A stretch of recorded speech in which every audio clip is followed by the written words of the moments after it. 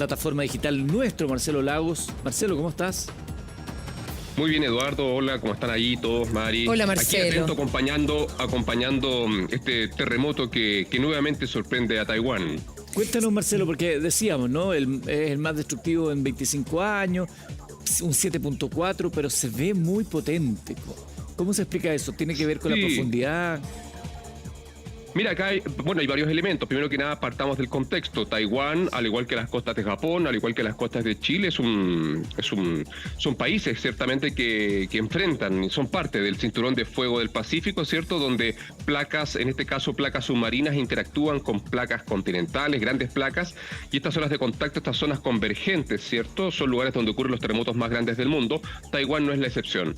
Ahora, claramente ha hecho noticia de que este es el terremoto más intenso, más fuerte que ha tenido Taiwán en los últimos 25 años, pero no hay comparación. El de 1999 cobró más de 4.000 víctimas. Es un terremoto, el de 1999 es un terremoto más superficial, es una falla activa. Ahora estamos hablando de otro tipo de terremoto. El terremoto que ocurre la mañana de Taiwán, de este miércoles, es un terremoto típico de subducción entre placas. Ahí, en el caso de Chile, interactúa la placa oceánica de Nazca con la placa sudamericana. En el caso allá de Filipinas, de la costa este de Taiwán, es la placa filipina con la placa euroasiática.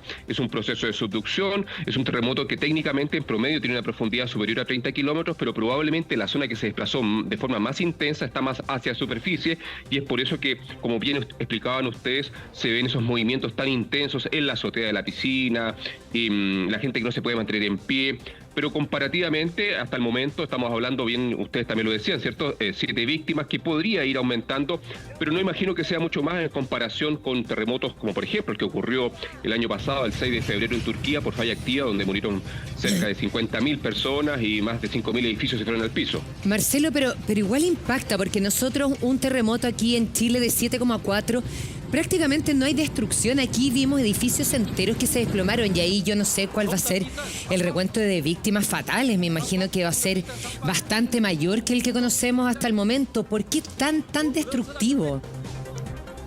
Mira, la verdad es que el tan destructivo depende, es relativo, porque son 2-3 edificios que colapsaron de lo que se ve y los muestran de distintos ángulos. En rigor no es que haya desaparecido los asentamientos humanos más afectados, son los mismos edificios que todos los medios de comunicación están mostrando de distintos ángulos, y en la práctica no colapsaron, cayeron, pero no ocurre el fenómeno de la torta de pancakes, donde se compactan todos los pisos y la gente, por lo que se ve, si es que están atrapados, se ve que existen posibilidades alternativas de salvarse en estas estructuras. Ahora, independiente de ello, claramente los edificios puntuales que yo creo que cayeron, yo no creo que haya sido que Taiwán haya desaparecido por este terremoto, ni que haya muchos edificios caídos, son edificios que realmente se observan, que son edificios que no son los típicos edificios de bloque, sino que son edificios con estas particularidades en su diseño que los hacen más vulnerables, porque tienen respuestas diferenciadas ante la oscilación, ante el movimiento del suelo. A diferencia, si ustedes ven las imágenes de edificios modernos que incluso estaban en construcción, se ve que se mueven, se ve que algunos aspectos vinculados con las grúas colapsan, caen, pero la es una construcción menos sólida, entonces, la que se cae. Esa es la razón, no es por la magnitud del terremoto.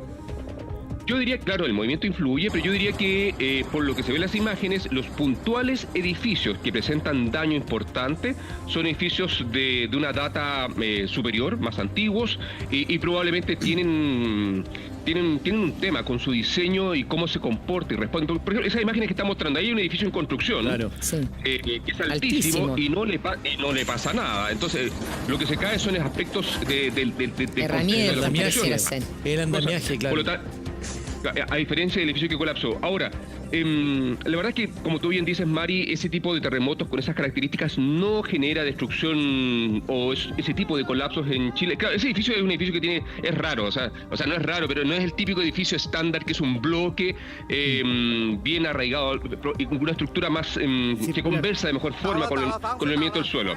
Lo que dice Marcelo, oye, que lo que tú decías una cosa que es bien clave, que de pronto cuando se transmiten las imágenes parece que fuera una devastación total, pero son lugares puntuales que se muestran de diversos lugares.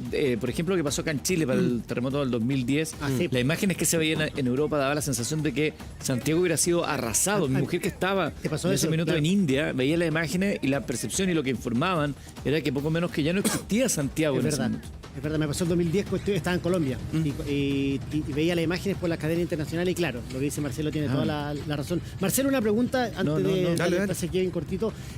Estaba viendo la proyección de otros temblores que se generaron post-Taiwán. Estamos hablando de una cantidad de réplicas que tuvo superior a las 100. Hubo uno en Ecuador, tembló también en Chile.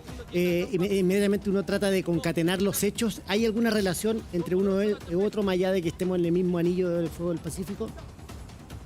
Mira, lo medular acá es que este evento, el principal, ciertamente el 7.4, cerca de 19 minutos después tuvo una réplica importante, 6.5, y Taiwán y toda la zona donde ocurrió este terremoto, en el área de influencia, el área de ruptura, ha tenido numerosas réplicas que claramente hacen que pueda dañarse más o colapsar incluso las estructuras que ya quedaron dañadas con el evento principal. Ahora, no existe una conexión entre la sismicidad que ocurre en Taiwán con un temblor en Chile. Ni tampoco con una erupción volcánica en Indonesia. Son parte de los procesos que permanentemente acompañan al sistema planeta Tierra. Marcelo, a propósito de las réplicas, son más de 50, algunos medios las cifran en 56 las réplicas que se han registrado hasta esta hora, entre 3,3 grados y 6,5, que fue la réplica, la más grande, digamos, que se sintió justamente después del terremoto. ¿Durante cuánto tiempo vamos a tener estas réplicas en Taiwán? ¿Durante cuánto tiempo? Y ¿cuál es la magnitud? ¿Siempre va a ser menor a la del terremoto o se podría llegar a una réplica parecida? Mira, la verdad es que las réplicas van a continuar por lo menos por días o semanas. Eso, el número exacto de tiempo nadie lo puede decir, pero para un terremoto de estas características, el principal, un 7.4, generalmente las áreas de ruptura bordean entre 60 y 35 kilómetros de largo y ancho, y por lo tanto toda esa zona, por un proceso de acomodamiento posterior al evento principal, van a ir acompañadas de estas réplicas que son señales de liberaciones de energía que quedaron pendientes, etcétera. Ahora, en este minuto, evidentemente, estamos viviendo un proceso, lo estamos viendo en este minuto, y el evento principal en este minuto es el 7.4. Ahora, en la práctica tampoco nunca se puede descartar que el evento principal se transforme en el precursor de algo más grande, y es por eso que con atención se tienen que acompañar generalmente estos procesos. No siempre es así, pero por ejemplo, yendo a un extremo cercano en Chile, recuerden que en 1960 partimos con un evento precursor al sur de Concepción, un evento sobre 8, y al otro día, el 22 de mayo de 1960, tuvimos el evento gigante en el centro sur de Chile. Ya habían pasado ya un número importante de horas. Por lo tanto, estos son procesos que van ocurriendo y los estamos acompañando. El evento principal hasta ahora es el 7.4, las numerosas réplicas que menciona ciertamente que van a continuar, pero deberían atenuarse en función del tiempo. Lo medular que hay que rescatar que cuando ocurren eventos importantes, la magnitud de las réplicas que pueden ocurrir pueden ser igual grandes, o sea, pueden pasar 10, 20, 50 días, y igual puede venir una réplica tan grande como la 6.5 que ocurrió después del evento principal. No se puede bajar la guardia al respecto. Marcelo, tú lo vemos ahí en pantalla, el más potente en 25 años, y no sé si has tenido la oportunidad ya de analizar la zona, pero estábamos en presencia ante una laguna sísmica, un espacio de tiempo en que no había una liberación de energía importante en ese sector. Lo digo porque es algo que nosotros siempre perseguimos acá en Chile. Mira, recuerden que Taiwán es una isla que debe tener unos, no sé, calculo aproximadamente, esto es unos 400 kilómetros de largo por unos 150 kilómetros de ancho, o sea, es una isla grande, pero tampoco es un país muy grande. Está a 200 kilómetros de la costa con China, y su costa este la costa este es como Valparaíso, mirando hacia en este caso hacia el Pacífico. En ese caso ellos miran, claro, para el Océano Pacífico. Ahora, los terremotos principalmente que ocurren ahí son terremotos de subducción en la costa este, y en la costa occidental, la que mira hacia China, son generalmente terremotos conectados con fallamientos activos, con fallas más superficiales, como el gran terremoto de Chichi de 1999. Ahora, mira, la verdad es que Taiwán tiene una historia de terremotos importantes, no tan recurrentes quizá como Chile y Japón, pero los tiene. Están los terremotos de 1935, están los terremotos, ahora el del 99, que es otro tipo de terremoto, pero no tiene, tal como bien dices, Eduardo, una recurrencia, una visibilidad que uno diga, pucha, Taiwán es un país que permanente y recurrentemente sufre de grandes terremotos con tsunamis, a diferencia de sus países vecinos como Japón, que hace noticia, y el concepto que usamos para los grandes tsunamis incluso es de origen japonés. Pero es una isla construida antisísmica, por así decirlo, porque como tú bien dices, no es ajeno en Taiwán, ya han tenido grandes desastres producto de los terremotos. No, claramente, el estándar de diseño sismo resistente, las tecnologías, los avances en ciencia se comparten. Ahí bien claramente comentábamos recién esa estructura gigantesca en construcción que no le pasó nada con el 7.4 y que revela que están cumpliendo con estándares de diseño razonables. Si el tema es que acá, en la práctica, los terremotos acompañan permanentemente a países como estos, Japón, Taiwán, más al sur Filipinas, Nueva Zelanda, bueno, ¿para qué hablar de toda la costa pacífica de América? Y paralelo a ello, el terremoto, si se dan cuenta, las imágenes son reveladoras. El terremoto no viene solito. El terremoto va acompañado de múltiples peligros que se detonan a la vez. La noticia es el terremoto, pero si hacen una sumatoria, parte con el terremoto, luego derrumbes o deslizamientos en las laderas, luego... Y mire la imagen que vemos, Marcelo, perdona que te interrumpa, es que es una isla como que se partió por la mitad. Sí, tuvo un colapso, claramente se observa hacia la distancia, ya vamos a tener probablemente imágenes más detalladas, porque en este minuto ya es de noche, ¿cierto?, en Taiwán, claro. Pero fíjense, es el terremoto, son desprendimientos de laderas, caídas de rocas, derrumbes, alerta de tsunami, todo eso va acompañado como un cóctel cuando se mueve la Tierra, por lo tanto, estos procesos son complejos, son multiamenazas, van escalonados, y con ese tipo de configuración costera, de alta pendiente, esos derrumbes pueden ser incluso más peligrosos que el propio terremoto. Marcelo, solamente para poner un poquito más en contexto, tú hablabas de cuánto medía esta isla, de repente un poquito lejano para nosotros, así que les doy algunos datos. La capital de Taiwán es Taipei, tiene una población de 23.265.000 personas, una superficie de 35.980 kilómetros cuadrados. Es la economía, y aquí hay un dato importante, la economía número 21 del mundo, por lo tanto está de cierta manera bien acomodado dentro del ranking mundial, claro. Y por lo tanto no es un país tan pobre, un país donde, no sé, veíamos Haití, por ejemplo, donde la destrucción podría ser completamente masiva. En este caso no es así, es una economía bastante poderosa, podríamos decir, y que permite también que la destrucción no sea mayor, Marcelo. Sí, de acuerdo. Claramente son indicadores macro que revelan que probablemente algunos en Taiwán tienen mucho dinero y el resto no, pero independiente de ello, los promedios siempre sirven para este tipo de indicadores. Yo diría que es interesante también analizar cómo se propaga la información, porque claramente el terremoto, si ustedes miran redes sociales y probablemente lo vieron, ciertamente todo el mundo hablaba del tsunami, del terremoto, conectaban la erupción en Indonesia con Taiwán, o sea, a cabo de mundo, fin de mundo, el tsunami se transformó en trending topic en Twitter y el tsunami tuvo cerca de 30 centímetros. En la práctica, ojo con eso, porque evidentemente un terremoto de estas características, a un 7.4, a esa profundidad promedio, 30 kilómetros de profundidad, generalmente puede generar un tsunami, pero de menor peligrosidad en el campo cercano, en la costa cercana. Probablemente quede registrado en algún mareógrafo cercano, en este caso la costa de Japón, por suerte, pero evidentemente no se transforma en un peligro sustantivo. No se activaron alertas tempranas de tsunami en Japón. Había una alerta, evidentemente, de atención, watch, ciertamente alerta, pero no alarma, corre. Permanentemente Chile tiene el deber, ciertamente, en este caso el CHOA, de informar si este terremoto puede producir un tsunami que sea peligroso para Chile, pero en general hay que tener claro de que los terremotos que generan grandes tsunamis generalmente son con magnitudes cercanas a 8, y eso sí que son los que cercanas o superiores a 8 en magnitud, y son los que pueden generar tsunamis transpacíficos que golpeen nuestras costas. Otra cosa son los terremotos en ambientes más confinados, más cerrados, pequeñitos, como por ejemplo el terremoto del 21 de abril de 2007 que ocurrió en el fiordo Aysén por falla activa, ciertamente, que generó un tsunami muy destructivo, pero eso ocurre en ambientes más confinados, más pequeños, donde pueden ser tsunamis muy grandes, pero en ambientes muy chiquititos. Entonces, ojo que cuando hay terremotos de estas magnitudes distantes a Chile, es muy poco probable o casi dificilísimo que genere un tsunami peligroso para nuestras costas. Estamos viendo una imagen en vivo, la de este momento, cuando ya las maquinarias, mira la rapidez con la que logran llegar, se ve ahí que les lanzan agua, seguramente para evitar algún incendio, y la maquinaria está trabajando ya. Y esto, mira, lo que vamos a ver ahora es el mismo edificio, exactamente. Ahí está la diferencia. Es el edificio, y lo que vemos ahora, vamos a ver cómo ya están trabajando en la remoción del edificio para...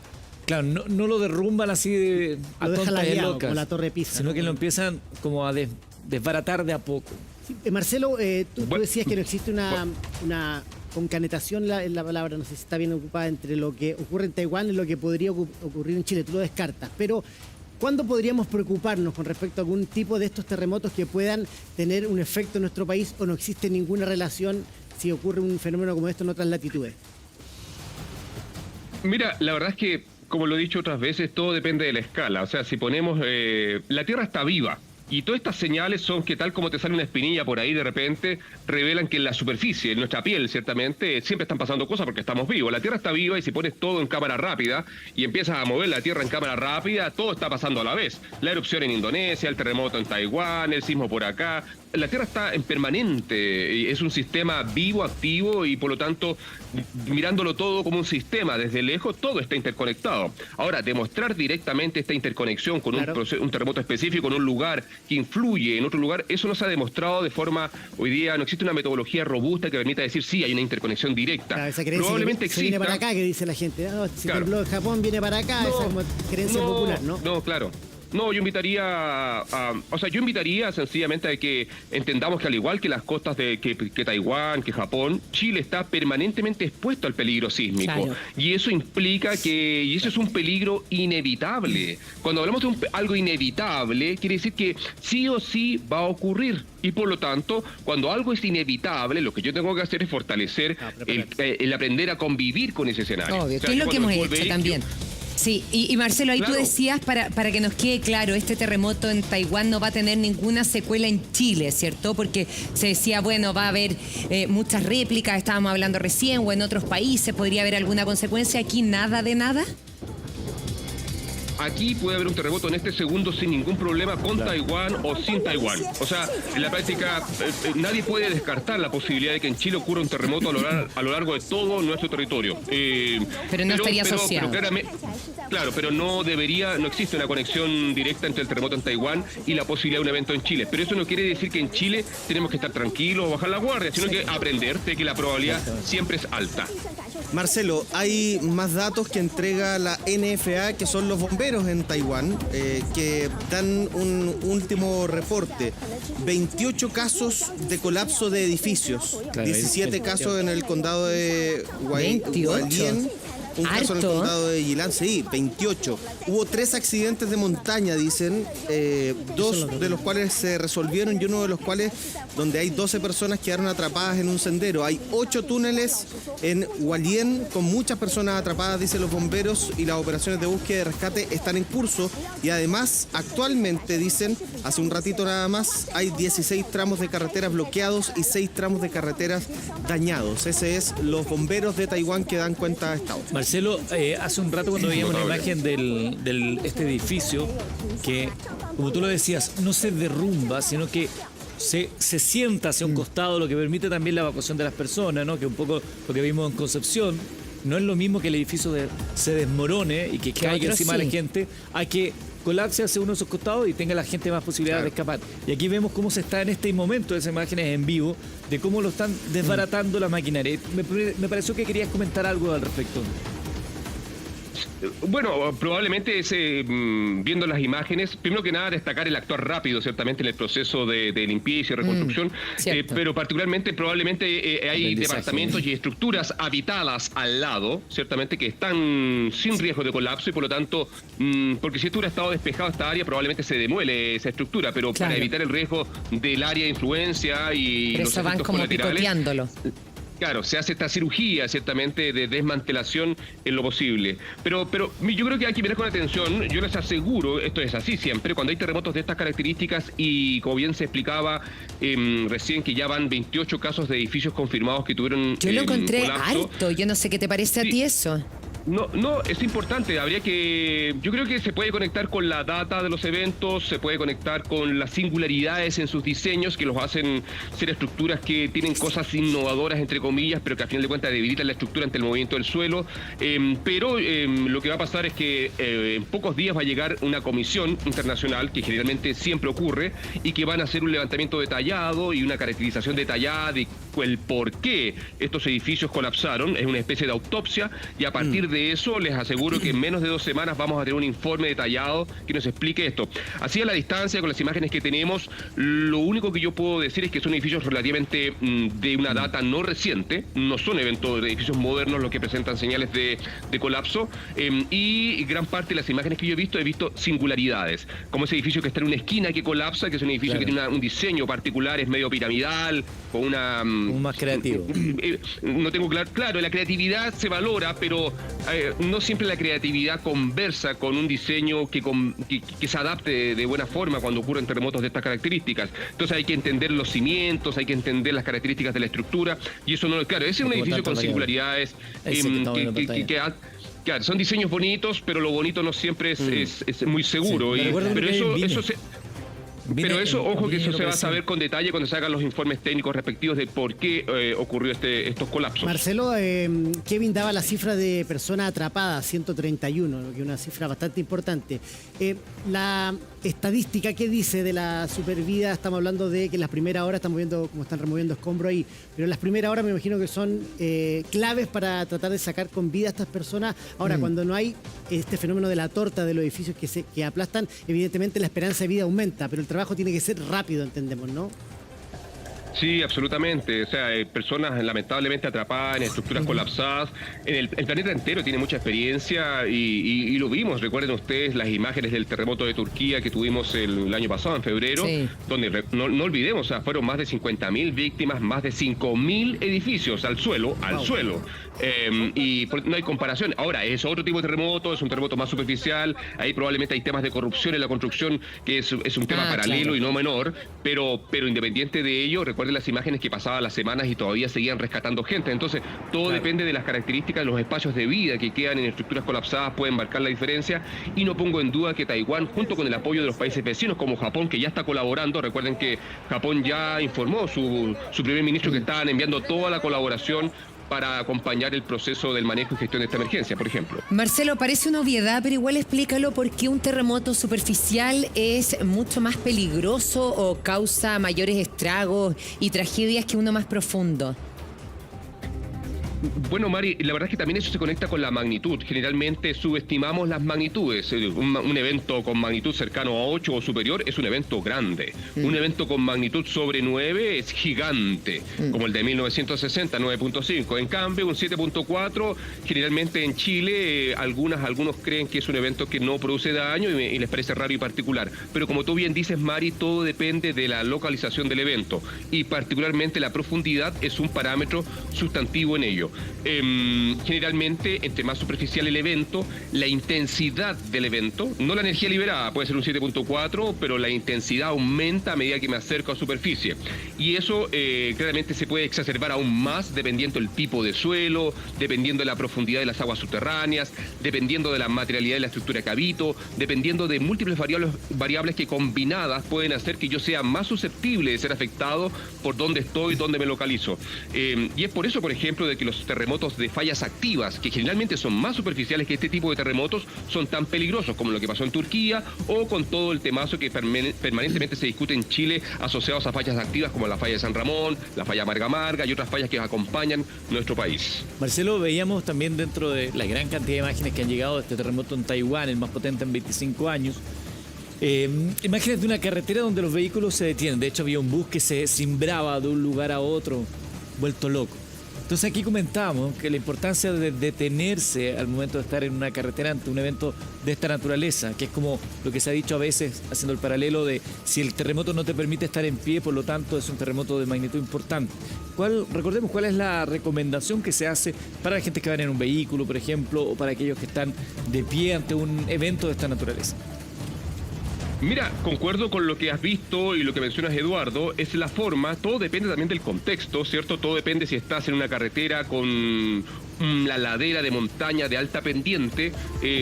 Puede ser que detenerte sea la opción de salvarte, pero también puede ser que haya movimientos de ladera, deslizamientos, caída de rocas gigantescas. La verdad es que no hay una receta exacta para ello. Depende del contexto y en el minuto donde me encuentro en la carretera. Si estoy en un túnel, si estoy en una carretera abierta, si estoy sobre un puente, si estoy... Todo depende, pero lo medular es que generalmente uno maneja sobre superficies como esa. En ese caso todo eso pinta como para un puente. Desconozco la estructura, pero tiene cara de puente eso. Sí, y claro. Probablemente los otros se detienen.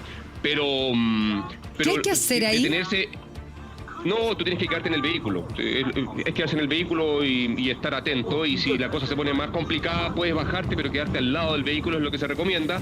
Pero no descartar nunca el contexto. El contexto marca las conductas de autocuidado.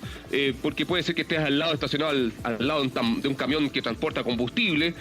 ¿Quién sabe? Entonces, en la práctica, todo depende del contexto. Recetas en esto exactas no hay. Hay que estar atento a todo lo que te circunda en el momento del movimiento. Pero si uno está pasando un puente, como en las imágenes que veíamos, porque da la sensación, no sé, a mí por sentido común me pasaría que si voy manejando y cruzando un puente trataría de no frenar, sino que tratar de salir del puente lo antes posible, ¿no? Claro, pero va a depender del tráfico, va a depender de la situación, la congestión. Por generalmente supuesto. cuando hay grandes terremotos, claro, cuando hay terremotos las vías generalmente no quedan transitables. Entonces, en el imaginario que vas sola por un puente, claro, acelera y cruza los dedos y pasaste. Pero en la práctica todo depende del contexto. Si, ahí se ve mucho tráfico, probablemente los autos que están detenidos porque los de arriba, los de adelante también se detuvieron. Y eso, pero todo depende probablemente del contexto. Sí.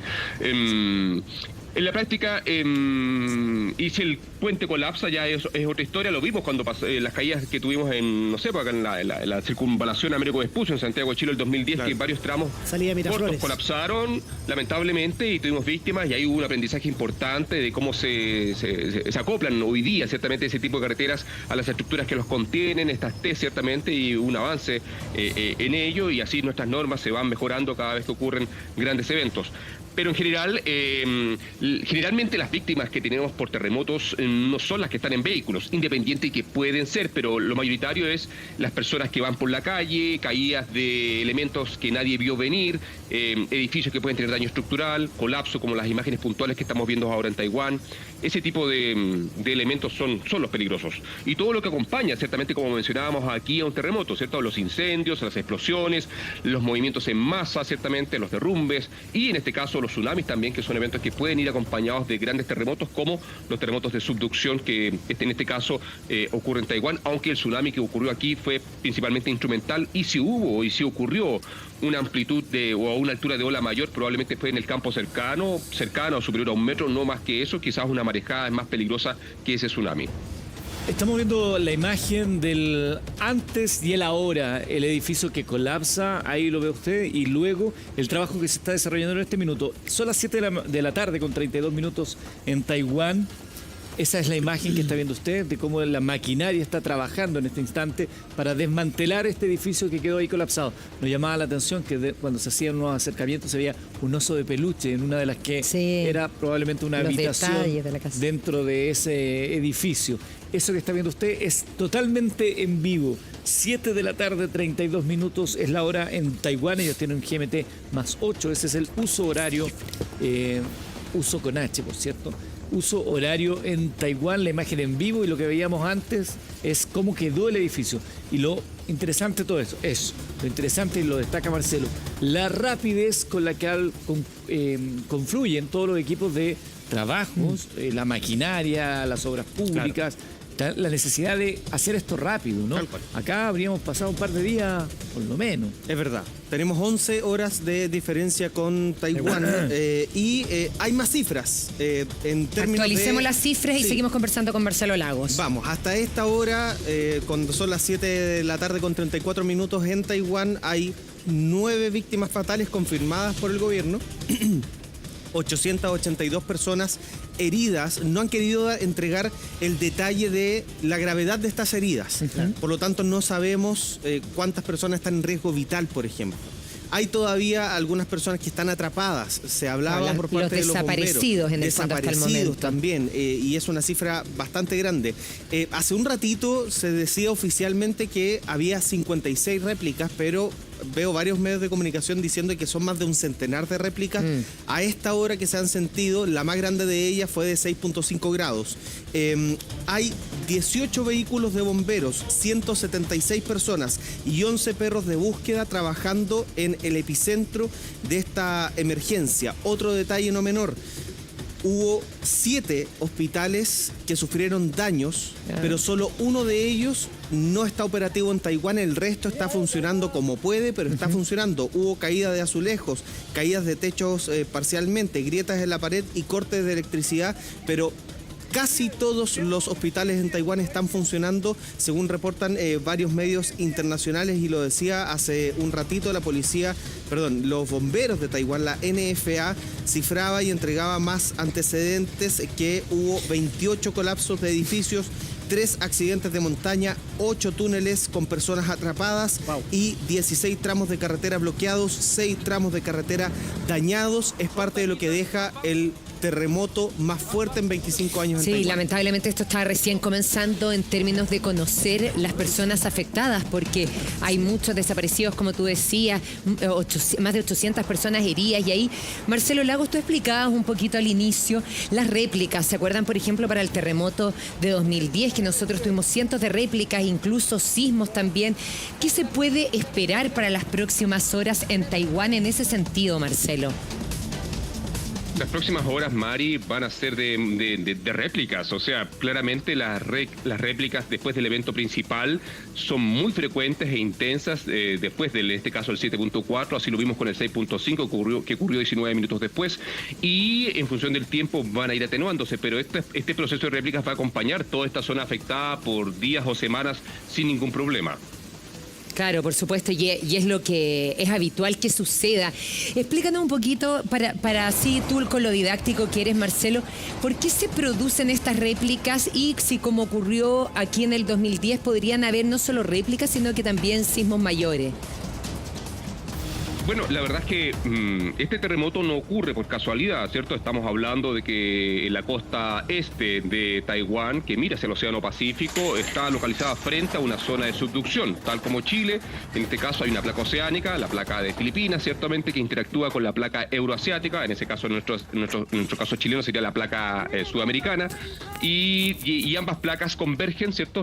Van en direcciones, se encuentran, ¿cierto? Es un margen activo, destructivo, que implica acumulación de energía. Esa energía se acumula y se acumula en función del tiempo, y lo que tiene que haber pasado es que ya había transcurrido un tiempo suficiente donde se superaron todos los esfuerzos y se libera esta energía. ¿Qué quiere decir que se libera energía? Quiere decir que la placa de Filipinas logra deslizarse bajo la placa euroasiática, y en ese proceso de deslizamiento bajo la costa este de Taiwán se siente como un terremoto porque se liberan ondas sísmicas. Ahora, ese proceso de deslizamiento no es homogéneo, no es que toda la placa se mueva exactamente 5 metros o 2 metros, o si lo llevo una unidad de medida, sino que en la práctica ese movimiento deja algunos parches, algunos lugares sin liberación de energía, y es allí donde generalmente ese proceso post de acomodamiento implica réplicas. Los escucho. Sí, estamos viendo imágenes del Taipei 101, que es este edificio icónico de Taiwán, que fue durante el año 2003-2009 el edificio más alto del mundo.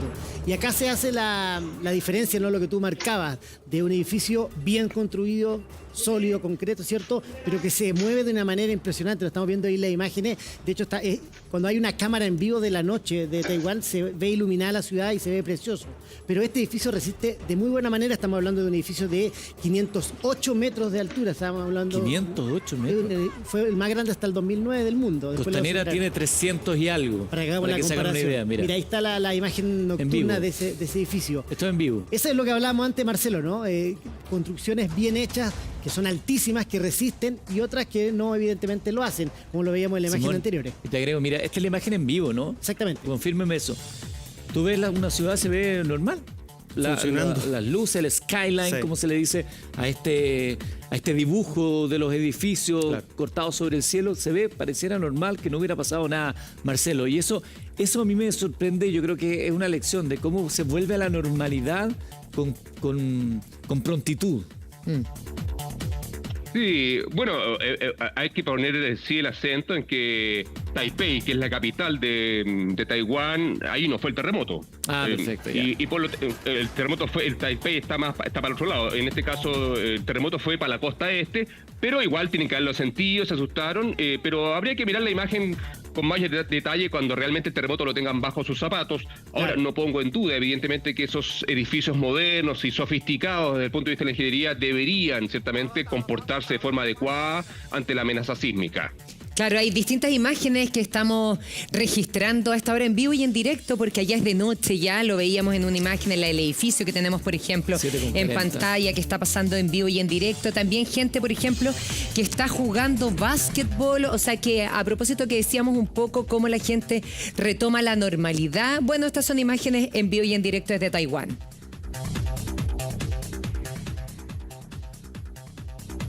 Y en paralelo está ocurriendo esto, muchachos, que es, ¿cómo decirlo? El derrumbe, la remoción de escombros. Ya, ese es el concepto técnico, digamos, para esto que, ¿se acuerdan ustedes que ocurrió en nuestro país, pero con un edificio que estaba partido? Sí, me acuerdo. Bueno, Concepción. Sí, claro, Concepción. Con el terremoto del 2010, Vista allá. Río, sí, tal cual, donde sacaron Alto Río. Donde Gracias. Sacaron gente incluso. Igual es más pequeño este edificio, ¿no? Sí, si te fijas por el tamaño de la maquinaria, de todo, el Alto Río era más grande, pero de todos modos llama la atención la prontitud, la rapidez con la cual acuden los equipos de emergencia para hacer este trabajo, porque claro, tienen que desmantelarlo para evitar que el edificio termine de colapsar, porque probablemente está en riesgo de colapso y habrá una edificación contigua y puede ser más riesgoso. Claro, Marcelo, y ahí... Sí, perdón, Mari, estamos ya a casi 13 horas de la ocurrencia de este terremoto.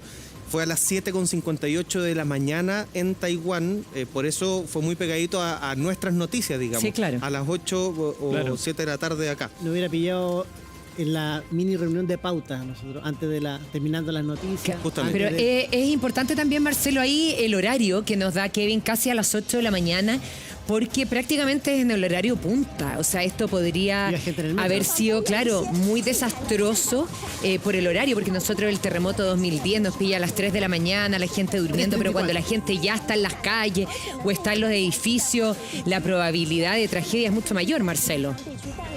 Totalmente de acuerdo, Mari, has tocado un punto revelador. Claramente, este tipo de procesos de la naturaleza inevitable, los terremotos no tienen horario, y el horario que ocurren puede marcar la diferencia. Y claramente este evento, justamente cuando ya empieza la actividad diaria en una ciudad de estas dimensiones y en un país como este, ¿cierto? Claramente es altamente probable que el daño sea superior.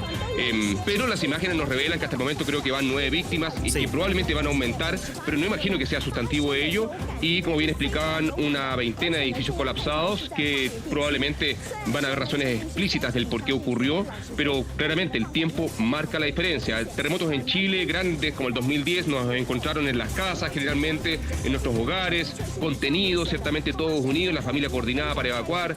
Los terremotos del 8.4, el 8.2, por ejemplo, de Iquique, que ocurrió el 1 de abril, que estuvo justamente de aniversario este lunes, también ocurrió en la tarde-noche, pero estuvo medio complicado por el horario, porque era la hora que las personas estaban saliendo del trabajo. El terremoto recuerden el terremoto del 16 de septiembre del 2015 al sur de Coquimbo, ciertamente, que fue muy intenso, estaban comenzando las ramadas, ¿cierto?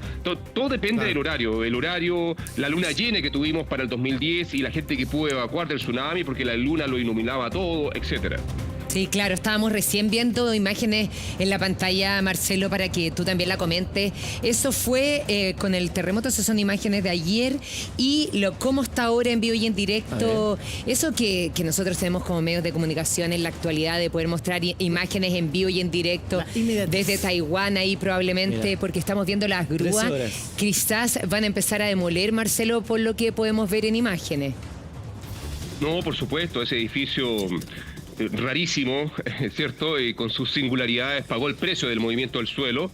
Desconozco las imágenes antes, quizás podemos encontrar cómo era antes ese edificio, probablemente tenía algunas columnas en esa esquina donde colapsó, claramente se ve la parte más vulnerable de esa estructura, pero ese edificio claramente nadie lo va a levantar, ese edificio va a ser demolido y no pongo en duda que sea a la brevedad. Eso lo decíamos, lo rápido que han actuado en Taiwán. Han pasado 13 horas y tenemos 11 horas de diferencia con y las maquinarias ya están ahí, ya se está trabajando. Eso yo creo que es algo que para destacar, porque acá destacamos siempre la forma en que se construye en Chile, que acá los chilenos ya de alguna manera casi como nos burlamos cuando en otros lados llaman terremoto a un 6, un 7, acá decimos, bueno, yo con eso ni siquiera me levanto. Es verdad. Y ahí en 13, aprendamos de eso, la prontitud con la cual los equipos de emergencia van a trabajar en este edificio o en el anterior. Y también me llamaba la atención el video de la colega ahí que está hablando, transmitiendo, que se apoya como de la pantalla. Es una pantalla muy parecida a la que Una tenemos pantalla acá, como de esta sí. grande. Y ella sigue hablando todo el rato, dando información y afirmada la pantalla. Este video. ¿Se acuerdan que antes los videos chilenos de la gente era agarrando los televisores? Sí. Hay un famoso, el CTM. Ahí está, se está Mira, agarrando de la pantalla. aquí ella también se agarra de la tele. Eran las 7:58 de la mañana, entonces es como si Carla Zunino con Davor tuvieran que Carla agarrar- Zunino con Mali Davor. Goloy. Mali Goloy. Ahora, el estudio de nosotros es muy parecido, Marcelo. Estamos mirando, viendo la imagen y mirando Sí. para arriba nosotros y estamos repletos de estos Sí. focos. Sí, Marcelo. Pero también podemos analizar la imagen, porque claramente si esto fuera en Guayaquil, les aseguro que la conductora o el conductor salen corriendo inmediatamente. Claro. Ahí el hecho que ella tenga esa seguridad y confianza de que no van a colapsar esos focos, de que no se va a caer la pantalla, la pared, es porque ella vive en un país que cumple con estándares de diseño sismo resistente. Y me quiero conectar con lo que mencionaba Eduardo y cómo generalmente los habitantes de nuestro país dimensionan la magnitud de un terremoto, porque claramente un 7.4 puede ser un evento que no te levante de la cama en Chile, pero no es lo mismo el 7.4 en otra parte del mundo, y eso Sí, es se verdad. conecta con conductas, porque podemos caer en una ilusión de Exacto. invulnerabilidad, porque nos sentimos en nuestra zona de confort. En Chile los terremotos no matan gente, ¿cierto? Los terremotos, aquí lo que mata gente, bien lo hemos dicho muchas veces, son las estructuras mal construidas, Sí. mal mantenidas, descuidadas, el adobe abandonado, etcétera. Pero si te agarra un 7.4 en las costas de Chiapas, si te agarra un 7.4 en Guayaquil, la cosa puede ser muy distinto en Tegucigalpa. O sea, el escenario puede ser distinto porque son sociedades donde la resiliencia del convivir con el peligro sísmico no ha logrado permear gran parte del estándar de diseño en construcciones. Por lo tanto, yo invitaría a todos nuestros compatriotas y habitantes de nuestro país que visiten otros países y tengan la experiencia de vivir un terremoto.